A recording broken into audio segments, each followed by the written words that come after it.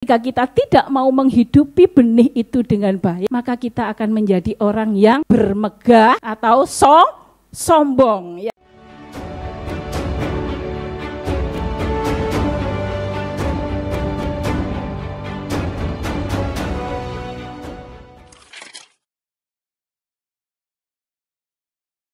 Hari ini kita akan sama-sama kembali belajar tentang kebenaran firman Tuhan. Ya, ini pesan Tuhan yang diberikan kepada bangsa Israel melalui Nabi Yeremia, dan saya percaya kita adalah Israel rohani.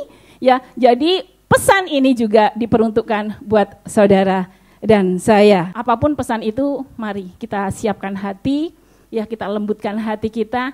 Jangan ada penolakan, pemberontakan. Saya percaya ketika kita menerima benih firman Tuhan, kita siapkan hati kita, maka benih itu akan bertumbuh, berakar, dan berbuah lebat. Pesan gembala ya pada bulan 4 ini masih tetap sama, yaitu terdapat di dalam Yeremia 9 ayat 23 sampai 24. Kita akan menggemakan bersama-sama.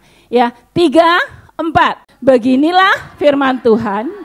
Janganlah orang bijaksana bermegah karena kebijaksanaannya. Janganlah orang kuat bermegah karena kekuatannya. Janganlah orang kaya bermegah karena kekayaannya. Tetapi siapa yang mau bermegah, baiklah bermegah karena yang berikut. Bahwa ia memahami dan mengenal aku, bahwa akulah Tuhan yang menunjukkan kasih setia, keadilan, dan kebenaran di bumi. Sungguh semuanya itu kusukai. Demikianlah firman Tuhan. Beri kemuliaan buat Tuhan kita. Haleluya. Seberapa banyak kita yang ingin menyukakan hati Tuhan? Yang menyukakan hati Tuhan, mau menyukakan hati Tuhan? Semua mau menyukakan hati Tuhan? Kita sebagai anak pasti juga ingin menyukakan hati orang tua. Kita tahu nggak kesukaannya orang tua? Tahu ya? Setiap kita pasti tahu kesukaan orang tua. Duit, masa duit aja. Sebagai anak kita tahu kesukaan orang tua. Ya, kenapa? Karena kita punya hubungan yang dekat. Kalau kita nggak punya hubungan yang dekat dengan orang tua, kita nggak tahu ya. Kita pulang ke Indonesia, kita belikan orang tua kita bayi kuat. Padahal giginya sudah ompong. Nah, berarti kita tidak memahami keadaan orang tua ya. Setiap kita tahu, aduh orang tua aku sukanya apa ya? Pasti itulah yang akan kita lakukan supaya orang tua kita menjadi senang. Nah, itu tandanya seorang anak. Tapi beda dengan anak-anak. Tahu? Anak-anak dan anak itu beda. Kalau anak-anak sukanya itu dituruti. Kemauannya harus dikerjakan. Iso enggak iso? Kudu iso. Itu karakter anak-anak. Kadang yang diminta itu yang nggak masuk akal, saudara. Saya ingat waktu kecil kalau ada pesawat gini, ibu aku minta kapal. Kenapa ibu saya kata, iya nanti beli ya. Kenapa? Karena saya masih anak-anak. Coba nanti saya pulang Indonesia terus ada kapal. Ibu aku minta kapal. Ibu saya pasti nangis. Aduh kenapa anakku di Hongkong ini ada apa? Kok pulang-pulang jadi kayak gini? Gitu, ya. Nah, hari ini kita juga mau belajar dewasa di dalam Tuhan, saudara. Ya, jadi kita tahu apa sih yang menyukakan hatinya Tuhan. Nah, hari ini saya kasih tema firman Tuhan, yaitu hidup yang menyenangkan hatinya Tuhan. Kita yang siap menyenangkan hati Tuhan, di sini dikatakan, beginilah firman Tuhan, janganlah orang bijaksana bermegah karena kebijaksanaannya, janganlah orang kuat bermegah karena kekuatannya, janganlah orang kaya bermegah karena kekayaannya. Apa sih bermegah itu? Bermegah ya, saya belajar dari Kamus Bahasa Indonesia, saya lihat ya, apa sih yang dimaksud bermegah? Ternyata ada 2 arti, saudara. Bermegah, yang pertama itu tampak mengagungkan, memuliakan, ya bermegah. Tapi bermegah yang kedua artinya membanggakan diri. Bahasa Inggrisnya somse, ya, membanggakan diri. Nah, kita ada di bagian bermegah yang mana? Di ayat 24 dikatakan, tetapi siapa yang mau bermegah, baiklah bermegah karena berikut bahwa ia memahami dan mengenal aku. Itu kata Tuhan. Jadi kita mau bermegah yang mana? Tuhan nggak melarang saudara pinter. Tuhan suka kalau anak-anaknya itu pinter, hidup berhikmat.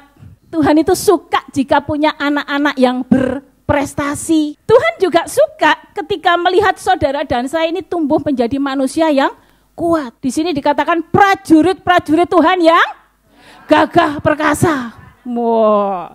Tuhan juga suka kita ini kuat.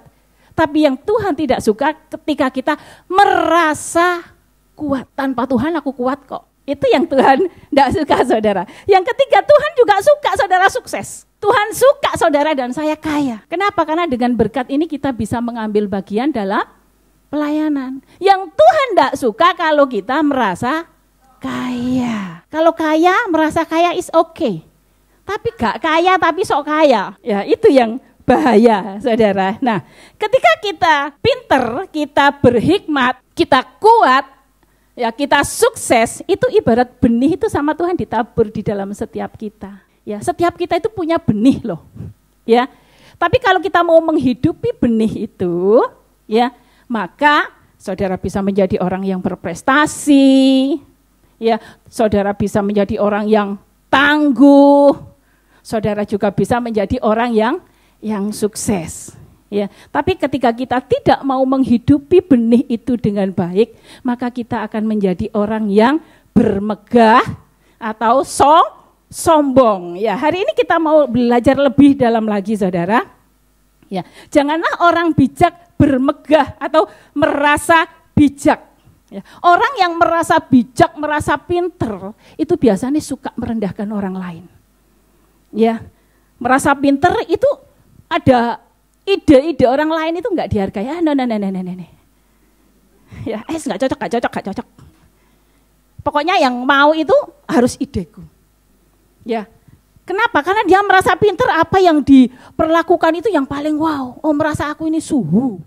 Aku ini merasa orang lama loh aku di gereja ini. Oh, aku itu sudah hatam firman berapa kali loh. Bermegah, saudara. Jadi menganggap ini kamu anak kemarin sore ini. Kamu itu bisa apa? Nah, ini yang Tuhan tidak suka, saudara. Ya, Tuhan mau kita itu memiliki hati yang penuh dengan kerendahan, penuh kasih. Itu yang menyenangkan hati Tuhan. Nah, kita baca dalam Yakobus, tetapi kasih karunia yang dianugerahkannya kepada kita lebih besar daripada itu. Karena itu ia katakan, Allah menentang orang yang congkak, tetapi mengasihani orang yang rendah hati. Siapa sih yang nggak suka dikasihani Tuhan? Ya, kita semua suka, kita dikasih orang tua itu juga suka kok. Syaratnya apa? Miliki kerendahan hati. Jangan somse. Jangan merasa bahwa kita ini adalah orang yang paling bijaksana. Tanda-tanda orang yang merasa dirinya bijaksana, dia mengambil keputusan itu tidak pernah tanya mbak Tuhan. Pokoknya aku mau kontrak 10 tahun. Iso gak iso, kudu iso. Padahal Tuhan maunya saudara kontrak 5 tahun, 5 kontrak. Saudara memaksa. 5 kontrak dan 5 tahun, 10 tahun tidak sama toh? Loh lalek di interminute. Nambah lagi dari awal, ya. Nah, saudara kita punya orang Jawa itu ada pepatah gini, kopat kapito koyok ulo tapak, maburo koyok manuk beranjangan gitu. Tahu artinya? Kita itu punya keinginan yang kayak apalah, tapi kembali kepada keputusan Tuhan. Ya, jadi dalam mengambil satu keputusan jangan sampai kita membelakangi Tuhan. Tuhan kalau engkau izinkan aku mau 3 kontrak lagi. Tuhan kalau engkau izinkan aku mau pulang. Jadi tanya sama Tuhan, jangan sakarepe dhewe. Ya, nah itu yang Tuhan mau. Saudara dikasih Tuhan. Daud mau perang aja tanya loh mbak Tuhan. Ya, tanya sama Tuhan, Tuhan aku ini nyerang enggak? Kalau Tuhan bilang perang, ya dia perang. Kalau Tuhan bilang jangan, ya dia nggak nyerang. Lah bagaimana dengan kita? Tiba-tiba kenal cowok di media sosial. Dia langsung bilang, I love you, say. Saya langsung, Tuhan, ini sesuai dengan permintaanku Tuhan. Oh wes Tuhan, pakai pulang aku. Nggak tanya sama Tuhan, benarkah ini dari Tuhan? Ya, oh Tuhan aku minta tanda Tuhan. Ya, kalau besok Tuhan nggak hujan berarti dia jodohku. Saudara tak kasih tahu ya, saya itu dulu pernah minta tanda sama Tuhan loh. Saya itu punya 2 cowok, saudara bingung. Aku minta tanda, Tuhan kalau ranting itu besok jatuh, berarti aku pilih terima lamarannya dia. Kalau nggak jatuh, berarti aku tidak pilih dia. Lah kok ranting itu besok jatuh saudara? Ranting itu jatuh, terus aku bilang, oh iya berarti ini memang ini jodohku. Ya Mbak Wi ya. Saksinya saudara. Saya terima dia, ya. Tapi toh nyatanya dari sini kita belajar bahwa kita menguji sesuatu jangan sekali tok. Ya, perlu diuji dan terus diuji. Contohnya tidak kayak Mbak Dian ini, menguji 1 kali, tanda 1 kali langsung teken kontrak. Ya, nah kita juga tahu bagaimana ketika Yosua mau meruntuhkan tembok Yeriko, tanya sama Tuhan, Tuhan gimana? Yosua tidak membawa misiu dibom, dihancurkan, enggak saudara. Tapi dia dengar suara Tuhan apa? Disuruh mengelilingi. Kan enggak masuk akal toh, mau ngeruntuhno tembok kok disuruh mengelilingi ambek memuji Tuhan. Enggak masuk akal. Tetapi ketika itu memang pesan dari Tuhan dan kita berhikmat melakukannya, maka tembok itu pun runtuh. Jadi memang kadang cara Tuhan itu enggak masuk akal saudara. Ya, kadang cara Tuhan itu kok kayak gini ya Tuhan. Ya, tetapi kita mau percaya, kita kenali Tuhan kita. Kita bangun hubungan yang intim dengan Tuhan. Doa, pujian, penyembahan itu membangun hubungan kita untuk semakin peka dengan suara Tuhan. Ya, saya mau cuti saudara, bingung. Duh gimana nih, cuti enggak ya Tuhan? Cuti enggak ya Tuhan? Akhirnya bos saya bilang, dia enggak boleh cuti, tunggu anak saya sampai selesai masuk perguruan tinggi, yang satunya selesai ujian, kamu baru boleh cuti. Siap komandan. Tiba-tiba anak saya telepon. Ya, setelah saya sudah ACC dengan bos bahwa saya pulang nanti bulan 6. Oke, anak saya telepon, Bu, pertengahan bulan 4 aku wisuda. Mateng kon. Terus gimana? Ayo Le, kita berdoa Le. Soalnya ibu kemarin sudah enggak boleh, disuruh pulang bulan 6. Ya Bu, berdoa masih 3 hari lagi Bu, ayo kita berdoa saudara. Saya berdoa, Tuhan saya minta jika Tuhan menghendaki saya pulang, Tuhan buka jalan, jangan ada ganjalan. Bos saya memberikan dengan sukacita, saya juga harus sukacita. Saya bilang hari ketika saya setelah doa, saya bilang sama bos saya utarakan keinginan saya, bos saya bilang, enggak bisa. Enggak bisa, harus bulan 6. Saya bilang, ya udah kalau enggak bisa. Ya, saya bilang anak saya, Le ternyata enggak bisa. Walah Bu, masa kalau dispensasi belas. Ya tapi kalau memang Tuhan bilang nggak bisa, Le ya nggak bisa. Ya wes lah aku nanti diantar Om, oke. Nah kakek saya tiba-tiba dia kole. Saya dikasih lihat HP-nya. Ini foto waktu anak saya wisuda dulu. Ini foto anak saya wisuda kedua dulu. Saya lihat, seneng ya kek ya. Sayang kek aku nggak bisa foto kayak gitu. Aku nggak boleh pulang. Kakek saya langsung melongo. Senjata makan Tuhan. Loh cara Tuhan itu aneh toh. Kakek saya itu langsung diem, makan juga kayak enggak nafsu, mikirin foto tadi saudara. Padahal saya cuma ngomong gini, walah kayak aku enggak bisa. Kakek ya senang aku enggak bisa gitu. Akhirnya kakek saya itu bilang ke anaknya, telepon ke anaknya yang nomor 2. Kasih Dian cuti. Karena Dian itu kasihan lo kerja buat anaknya lo. Sekarang anaknya wisuda enggak, kamu enggak boleh pulang gitu kayak gimana? Akhirnya mereka rapat, alhasil saudara, ya tiada mustahil bagi dia, tiada mustahil bagi dia.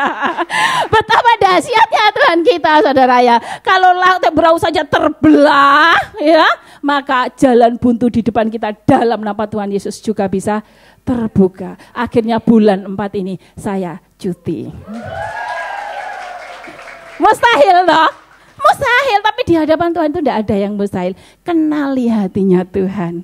Bangun suatu hubungan yang manis dengan Tuhan. Ya, kita sama-sama belajar. Nah, saudara kasih Tuhan. Yang kedua, janganlah orang kuat bermegah karena kekuatannya.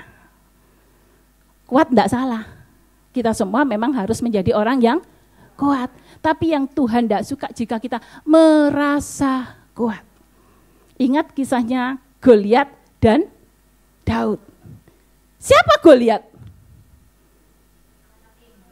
Ada orang Filistin yang gagah perkasa, berapa leher yang dipatahkan. Berapa nyawa melayang di tangan Goliat. Menghadapi Daud yang unyu-unyu, kecil mungil, tapi dia perkasa.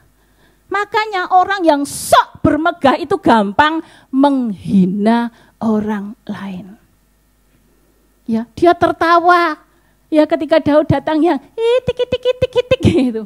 Dia gagah perkasa. Ya enggak direken, saudara. Apa kamu itu? Udahlah pergi sana.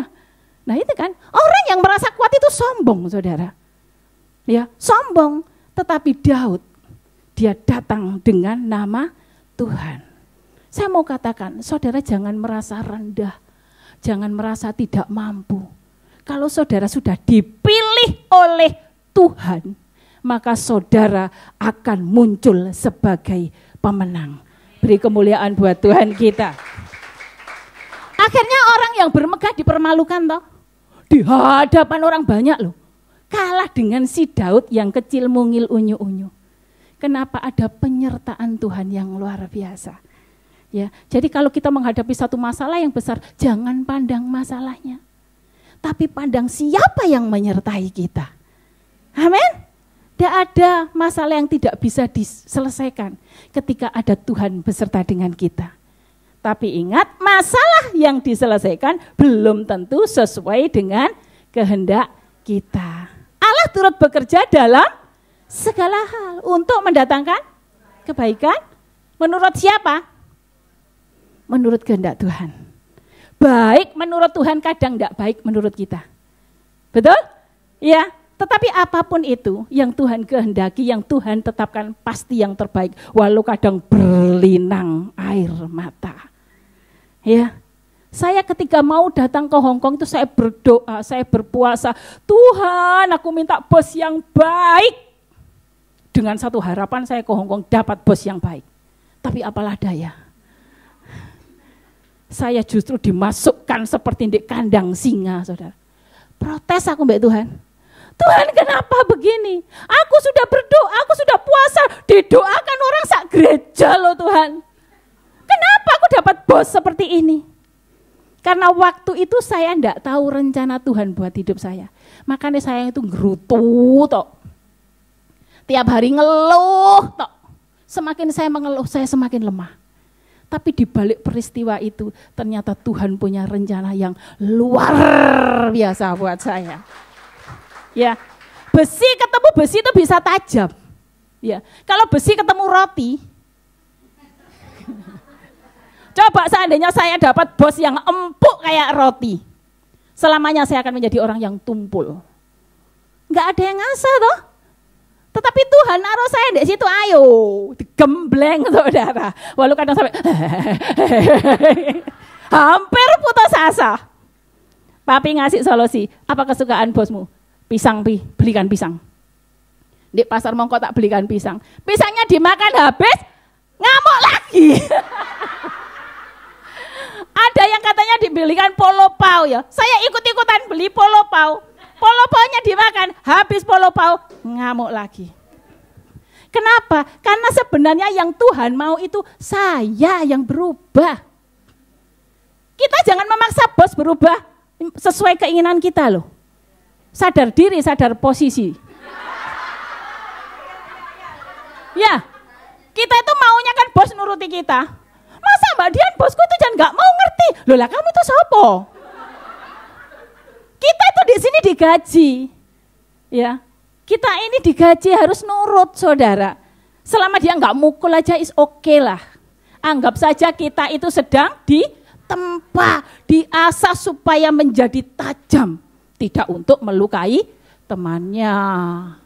Ya, tajam supaya kita ini berguna, saudara. Ya, jadi jangan bermegah, jangan kita merasa kuat sehingga apa kita mengabaikan orang lain. Ya, aku kuat kok, tanpa Tuhan aku bisa kok. Oh, belum tahu dia. Ya, tapi kalau sudah berada di titik nol, kita baru kau mengah. Kalau sekarang kita masih baik-baik saja toh? Minggu nggak ke gereja opo. Aku tetap berdosa opo. Buktinya usahaku sukses, babiku banyak. Ketika kita berdosa tapi kondisi baik-baik saja, ketahuilah saudara, Tuhan mengasihimu. Kenapa Tuhan masih memberi kesempatan untuk kita bertobat? Tapi kesabaran Tuhan itu, Tuhan itu sabar, tapi Tuhan itu juga Allah pencemburu. Kalau dibiarkan saudara sih nakal, dikasih kesempatan sih nakal, diapakan? Ya, jadi hari ini kalau saudara itu sedang baik-baik saja, walaupun berdosa baik-baik saja, enggak setia baik-baik saja, enggak pernah berdoa baik-baik saja, itulah kasih karunia Tuhan buat saudara. Supaya apa? Kesempatan dikasih bertobat. Jangan sia-siakan kesempatan. Nanti ujian datang kita enggak bisa ngerjain soal, kita enggak naik kelas. Setiap hari masalah ini adalah ujian soal, saudara ya, supaya kita nanti kuat. Nah, selanjutnya saudara, ya, janganlah orang kaya bermegah karena kekayaannya. Ya, di Hongkong tabungannya sudah banyak. Kalau pulang itu, petentang. Ya, merasa punya duit kok. Suami harus nurut. Ya, ini rumahnya dicat apa? Hitam. Wah lama hitam kok kayak kuburan nggak biru. Yang cari duit siapa? Selain donatur nggak boleh ngatur. Masalah gitu. Mentang-mentang punya duit, mentang-mentang berpenghasilan. Ya ingat loh, istri tunduk loh sama suami. Ya, jadi janganlah kekayaan itu mengubah karakter kita, saudara. Ya, janganlah kekayaan itu mengubah karakter kita. Banyak orang gini, memiliki uang itu memiliki segalanya. Ya, ada orang begitu loh? Ada, tapi saya mengatakan, memiliki Tuhan itu memiliki segalanya. Dengan Tuhan apa sih enggak bisa? Bisa. Tuhan tidak akan membiarkan saudara kelap ya, karena kita mau berjuang bersama Tuhan. Nah, sebenarnya dunia ini sudah memberikan kita peringatan, saudara, ya. Kita lihat COVID, seberapa banyak uang saudara? Kalau sudah kena COVID waktu itu, enggak berdaya, saudara. Uang kita enggak berguna, ya. Keluarga saya itu satu keluarga sakit semua. Mau dibawa kemana? Rumah sakit sudah penuh. Beli obat sudah enggak ada. Uang ada kita. Tapi apakah uang bisa menyelesaikan masalah? Tidak semua masalah bisa diselesaikan dengan uang. Tapi semua masalah bisa diselesaikan bersama Tuhan. Amin. Jadi jangan bermegah kalau saudara itu hari ini punya banyak tabungan. Ojo semelinti bahasa Inggrisnya. Ya, ada katakan peteng-tang gitu. Karena banyak duitnya. Roma 11, sebab segala sesuatu adalah dari Dia. Dan oleh Dia, dan kepada Dia, bagi Dialah kemuliaan sampai selama-lamanya. Saudara dan saya ada hari ini, ya itu karena Tuhan. Ya, kita punya berkat juga karena Tuhan. Nggak iso Mbak Dian, aku kerja kok 1 bulan dapat gaji, hasilku bukan dari Tuhan. Ada yang merasa seperti itu? Ya, ini uangku apa aku miliknya uang? Uang miliknya saya atau saya miliknya uang? Hah? Uang milik saya apa saya milik uang? Kalau saya miliknya uang, kita akan dikuasai oleh uang. Ya. Karena masalah sedikit, ambek dulurnya sudah enggak sopo-sopoan gitu ya. Hanya karena uang. Kenapa? Karena kita diperhamba oleh uang. Ya, segala sesuatu kita ada hari ini itu semua karena kasih kemurahan Tuhan loh. Ya. Mungkin kita punya sejarah yang berbeda-beda, punya masa lalu yang berbeda-beda, sampai akhirnya saudara diterbangkan ke Hongkong. Tuhan punya rencana. Ada yang punya masalah ekonomi, ada yang punya masalah pingin sekolahin anak, ada yang punya masalah dengan lokong, ada yang frustasi dengan pacar gitu ya. Apapun itu, saudara datang ke sini itu ada dalam rencana Tuhan. Ya, jadi apa yang kita miliki hari ini itu semua berasal dari Tuhan. Jangan merasa oh ini milikku. Perasaan hati ini milik siapa? Milik saya apa milik Tuhan ini? Ya, ini milik Tuhan, ini bait Roh Kudus, kita tidak berhak atas hati kita. Ya, kalau kita sedang disakiti oleh orang lain, loh ini loh miliknya Tuhan. Saudara melukis, lukisan saudara misalnya jelek tak hina. Lukisan kok elek. Yang sakit hati lukisannya apa yang melukis? Kita ini ciptaan Tuhan, kita ini milik Tuhan. Ada orang macam-macam dengan kita. Lapor Tuhan, Tuhan akan bertindak. Ya, jadi saudara jangan merasa memiliki diri kita. Segala kebijaksanaan, kekuatan, kekayaan ini juga berasal dari Tuhan. Karena itu terjadi juga oleh karena Tuhan, dan semestinya kita persembahkan untuk kemuliaan Tuhan. Beri kemuliaan buat Tuhan kita. Nah, jadi untuk memuliakan nama Tuhan bukan untuk memuliakan diri kita sendiri. Ya, merasa kaya, jalannya sudah enggak mau. Merasa kuat, apa-apa enggak mau tanya sama Tuhan, ngambil keputusan, akhirnya begitu mengalami kegagalan, Tuhan, kenapa Tuhan? Loh lah kamu dulu kan aku enggak nyuruh kamu sama itu, loh aku kan sudah bilang Tuhan, aku memilih jodoh ini, aku sudah bilang sama Tuhan. Ingat saudara, orang berdoa itu hubungan dua arah. Kita meminta, setelah itu kita ojo minta toh. Ketika Tuhan bicara kita pura-pura enggak dengar. Karena apa? Demi cinta Tuhan. Iya. Itu namanya cinta buta toh. Yang buta bukan cintanya. Jadi saudara dikasih Tuhan, janganlah engkau bermegah. Jangan engkau merasa bijaksana. Janganlah engkau merasa kuat. Janganlah engkau merasa kaya. Karena semua yang kita miliki semuanya berasal dari Tuhan. Kalau enggak bisa dipercaya, gimana? Bisa diambil saudara. Ini ada satu kisah ya. Ada seorang nenek, setiap cucunya datang, dia nggak mau ke gereja.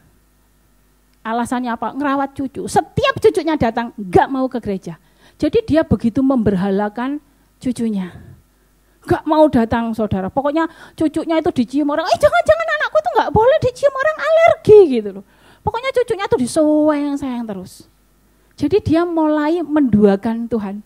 Artinya apa? Membelakangi Tuhan. Lebih mengutamakan, pokoknya cucunya diotek titik dia ngamuk saudara. Dia memberhalakan cucunya. Satu hari ya Tuhan izinkan cucunya ini sakit. Ketika cucunya sakit dia baru sadar.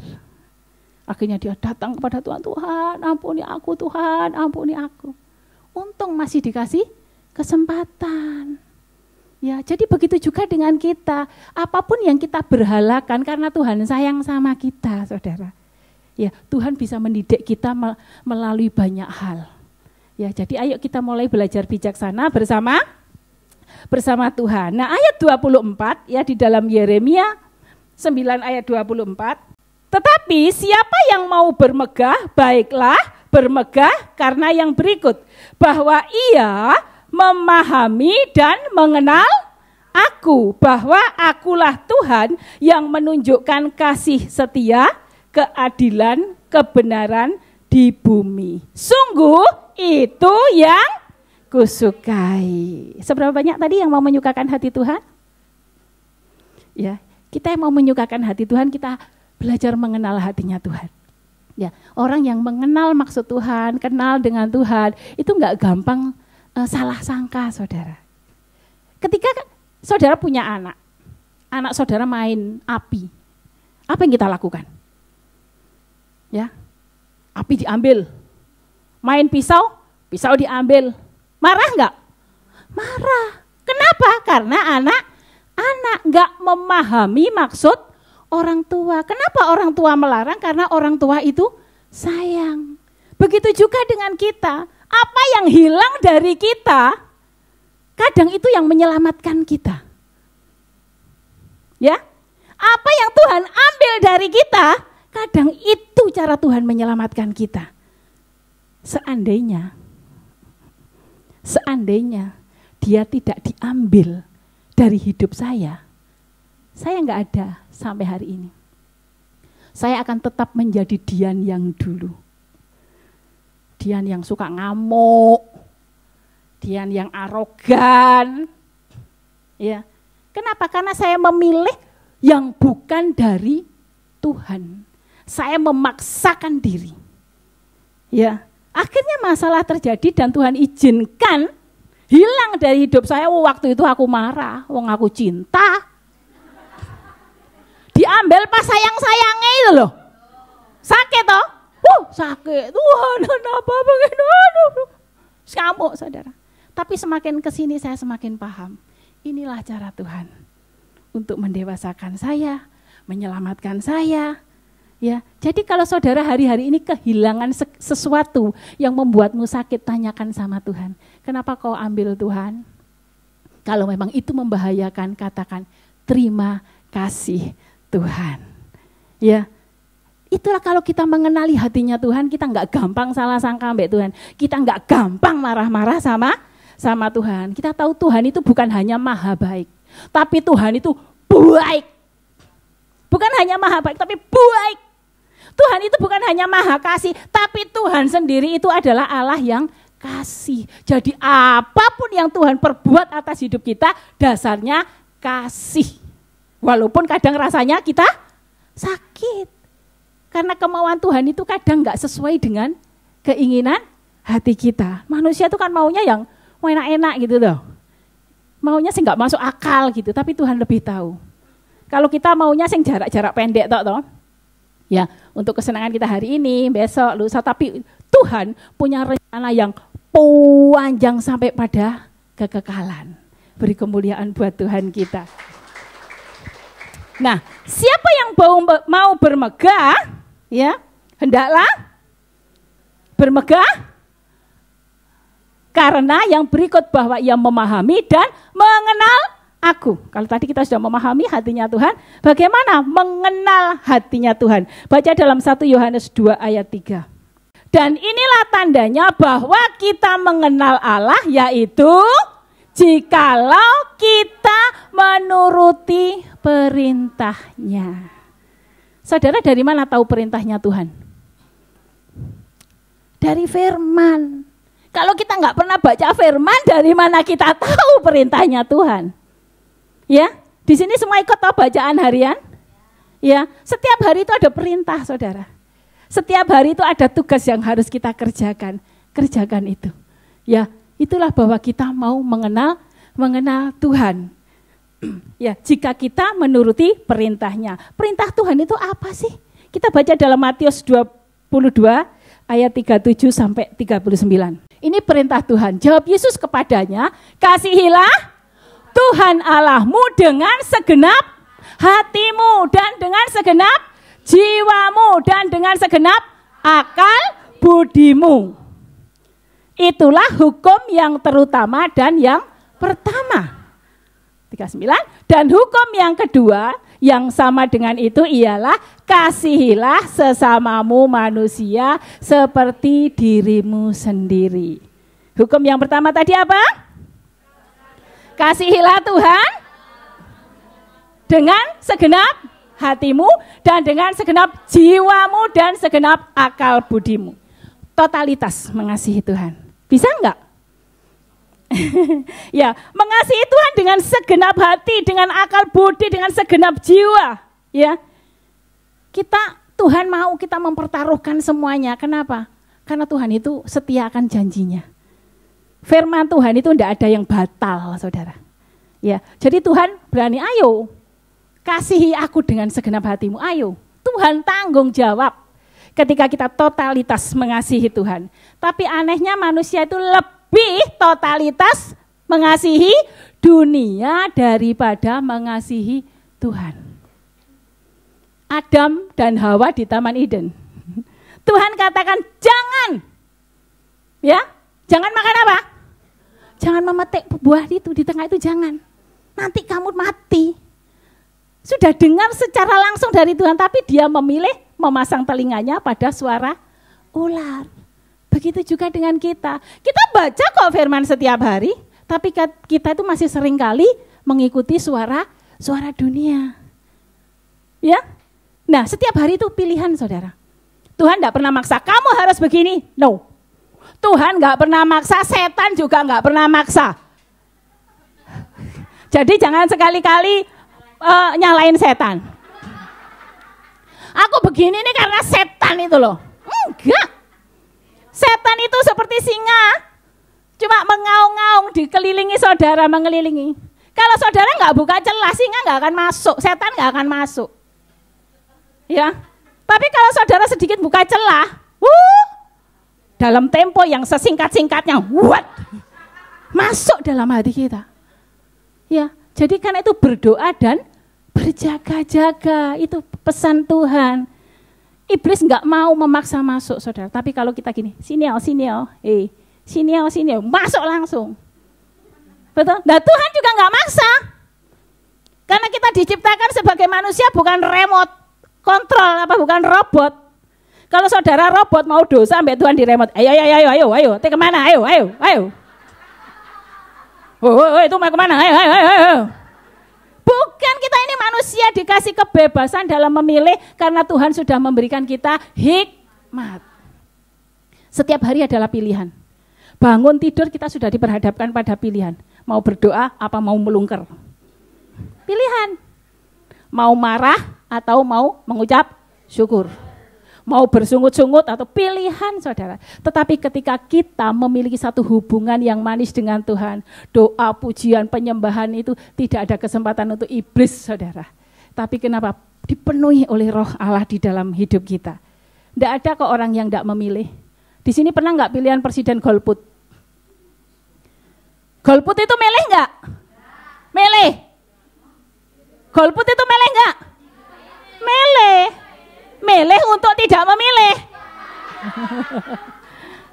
Ya toh, setiap hari kok kita itu milih. Karena itu jangan salah pilih, saudara. Nah, jadi kalau kita itu, saya mau katakan untuk urusan dunia, saudara, sekali-kali jangan libatkan jiwamu. Hanya untuk Tuhan kita mau melibatkan jiwa kita. Sepenuh hati, sepenuh jiwa hanya untuk Tuhan. Kenapa? Tuhan bertanggung jawab. Tuhan gak pernah ingkar janji. Kita bisa mempertaruhkan kepercayaan kita kepada Tuhan. Tapi untuk dunia jangan macam-macam, saudara, main-main jiwa. Kenapa? Dunia itu sering mengecewakan. Kalau saudara sudah main-main jiwa dengan dunia, ketika dunia mulai menyakiti saudara, dunia mengkhianati saudara, yang sakit bukan hanya hati, tapi jiwa. Banyak sekarang itu jiwa yang sakit. Ya, sakit jiwa. Salah menaruh kepercayaan kepada dunia. Sakit jiwa itu enggak harus gila, saudara.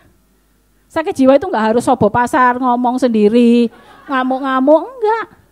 Sakit jiwa itu orang yang jiwanya itu udah mulai rusak. Saya pernah jiwa saya rusak. Betul. Saya pernah jiwa saya rusak. Waktu saya itu masih dipenuhi dengan emosi itu saya enggak pernah senyum, saudara. Saya orangnya enggak pernah senyum, enggak pernah nangis. Enggak ada orang mau susah apa itu aku biasa aja gitu. Enggak pernah cengeng-cengeng, tapi sekarang itu aku itu nangisan, saudara. Betul. Saya tuh enggak pernah nangis. Tanya tuh Mbak Wiwi, ada orang apa? Enggak pernah senyum, enggak pernah apa. Ketika itu kenapa jiwa saya? Bukan sakit jiwa ya. Jiwa saya sakit. Saya tuh bikin kue. Mau Natal kalau nggak mau hari raya saya bikin kue. Kakak ipar saya datang. Bikin kue, Dek. Iya. Matos. Iya. Ini di open, Adek. Enggak, dipandang saja. Coba loh. Padahal saya ngomong cuma iya apa enggak, itu enak loh. Ini di open, Dek. Enggak, dipandang saja. Kakak saya gini. Dia pergi terus ibu saya gini. Tahu sedang sakit, jiwanya sedang sakit. Jadi saya dimaklumi saudara, dimaklumi. Begitu saya datang ke Hong Kong ada HMC, tahun berapa Mbak Wi HMC pertama? Tahun 2017 ya. Saya ikut HMC. Saat ada doa pemulihan itu, saya berdiri saudara. Tuhan ingatkan loh itu. Tentang sakit jiwanya itu. Tuhan ingatkan tapi aku rada isin-isin gitu ya. Saya enggak mau nangis, enggak mau doa gitu. Oke, biasa aja. Setelah HMC saya pulang. Ketika malam saya berdoa, ingatan itu kencang di pikiran saya saudara. Apa yang pernah saya lakukan untuk kakak ipar saya? Besoknya saya langsung telepon. Saya nangis, Mbak aku minta maaf ya. Aku dulu pernah bentak sampean kayak gini. Dia jawabnya apa? Walah dia enggak apa-apa, kita itu memahami kondisi sampean. Orang sakit jiwa itu dipahami.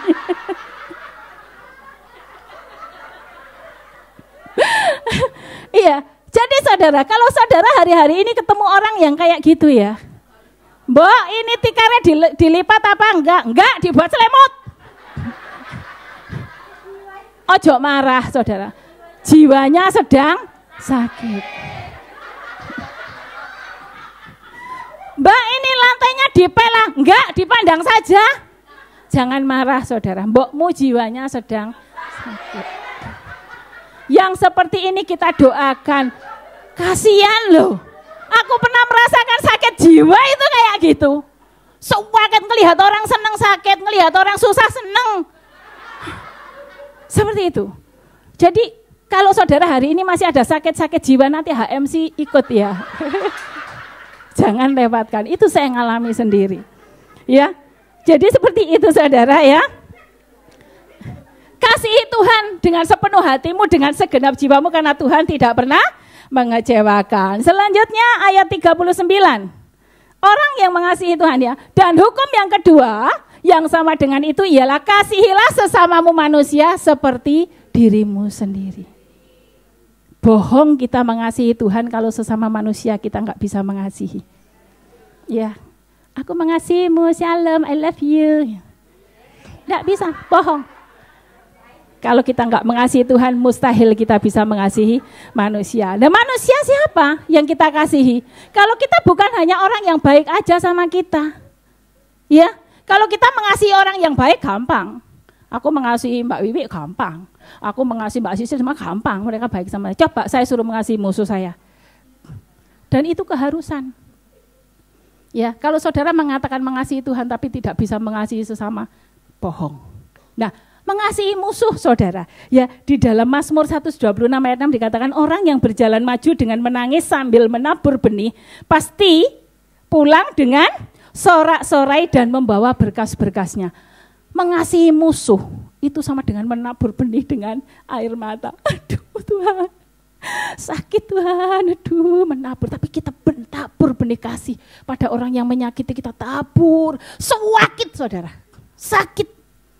Mengasihi orang yang menyakiti kita itu sewakit, tapi ketika kita mau melakukan, kita tabur kasih Tuhan, saudara akan pulang dengan sorak-sorai. Beri kemuliaan buat Tuhan. Nah, saudara kasih Tuhan yang kedua, ya, apa sih perintah Tuhan? Baca dalam Matius 28 ayat 19, ayat yang sudah kita hafal semua. Ya, ini perintah Tuhan yang kedua. Perintah yang pertama tadi mengasihi Tuhan, juga mengasihi manusia. Yang selanjutnya, karena itu pergilah jadikan semua bangsa muridku dan baptislah mereka dalam nama Bapa dan Anak dan Roh Kudus. Ini juga perintah Tuhan. Ya, tahun PH adalah tahun tindakan. Jangan diapal notok, diwoco setiap hari, tapi perlu kita display. Tahun PH tahun tindakan. Ayo kita semua bertindak. Menjangkau jiwa-jiwa, ya, dengan apa? Dengan kasih Tuhan. Kasih Tuhan yang sudah kita terima, yuk kita bagikan kepada yang lain. Terima dan kasih itu suatu lingkaran yang nggak bisa dipisahkan, saudara. Kita sudah terima kasih Tuhan, yuk kita bagi kepada orang lain. Biarlah hidup kita menjadi kesaksian, ya, supaya setiap orang itu boleh melihat Kristus melalui hidup kita, melihat Kristus melalui gadget kita, melihat Kristus melalui ucapan kita, melihat Kristus melalui sikap kita. Ya, Ini yang Tuhan mau. Jadi untuk menjadikan semua bangsa tidak harus jadi pendeta semua. Lek semua jadi pendeta yang jadi penditi sopo. Ya, jadi melalui hidup kita, talenta yang Tuhan berikan pada kita, kasih yang sudah Tuhan berikan, yuk kita bagikan kepada sesama kita. Nah, kita membagikan kasih Tuhan yang sudah kita terima dan kita berikan kepada orang lain, ya. Kita mengenakan karakter Kristus, ya, kasihnya, ya. Kita bermegah karena kita mengenal Kristus. Ya, karena itu yuk kita memegahkan Kristus di dalam kehidupan kita. Maka di tahun PH, tahun tindakan, yuk kita bertindak, bagikan kasih Kristus kepada semua orang, maka penuaian terjadi karena Roh Kudus bekerja dalam hidup kita. Kalau kita tidak mampu, katakan, ya Tuhan Allah Roh Kudus, permampukan aku. Serba banyak yang mau mengasihi Tuhan, serba banyak yang mau menyenangkan hati Tuhan, saya jemput bangkit berdiri.